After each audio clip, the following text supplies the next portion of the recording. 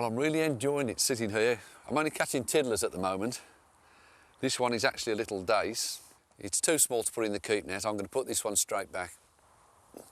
Shouldn't really put fish of that size in the keep net. They're the fish of the future and we don't want to damage them, but I may get some bigger fish into this swim later. What I'm trying to do to get them in the swim is just firing maggots across to those bushes on the far bank. There's probably some chub tucked under there at the moment and I'm trying to draw them out. But it's early days yet. It's a really nice day. We've got a good weather forecast and I'm optimistic that we might put a few fish in the net. We'll see anyway. Well, I'm fishing today with a waggler float because we've got a nice steady current. It's not so fast that we need to use what we call a stick float, which is a top and bottom float. This is a bottom end only float. And when you're fishing with a float, there's a few things to look out for really. The first one is to make sure that the waggler doesn't tangle on the cast. And it tends to be cast with a fairly high punch and then a little check at the end by just dabbing your finger like that on the spool, just to straighten the tackle out before it lands on the water. Now, to get the float to go down through the swim, you've got to release line periodically, but every now and again you should mend the line over in the opposite direction to the flow to get it behind the float, keeping the line fairly tight and just releasing it as the float makes its way down the swim. The ideal wind for float fishing on a river is an upstream wind because it will hold the float back slightly slower than the pace of the current. And that's what we've got today, a little trickle of upstream wind, and it's absolutely perfect. Float's going through really nice.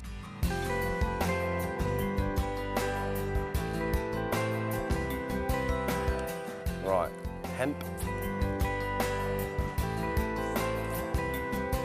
There's a nice dace. That's another dace. Only a few ounces. We'd need quite a few of those to make up some weight, but once you get into dace, they are a shoal fish and you can build up a fair weight. Just dabbing the line.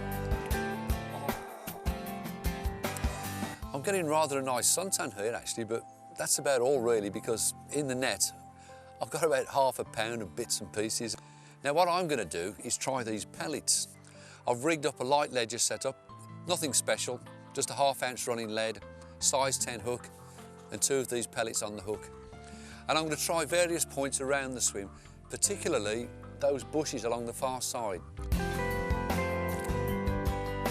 Just hope we get a bite.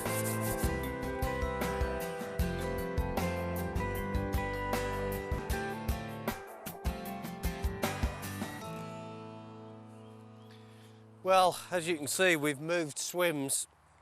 The other area looked really, really good, but all it produced was small silverfish like the one I've just caught here. Mick had about half a pound of fish, I had about 1.5 pounds, so we've had 2 pounds, but we were really struggling to get there, to be honest. Nothing sizable, and now we've taken a gamble. This is a much shallower, faster section of river, and we're just hoping, with it being early in the season, that the fish have come here on the shallows to spawn, finished spawning, and they're hanging around this area before they spread out up and down the rest of the river. That does happen sometimes. It is a bit of a gamble, but we figure it's worth it.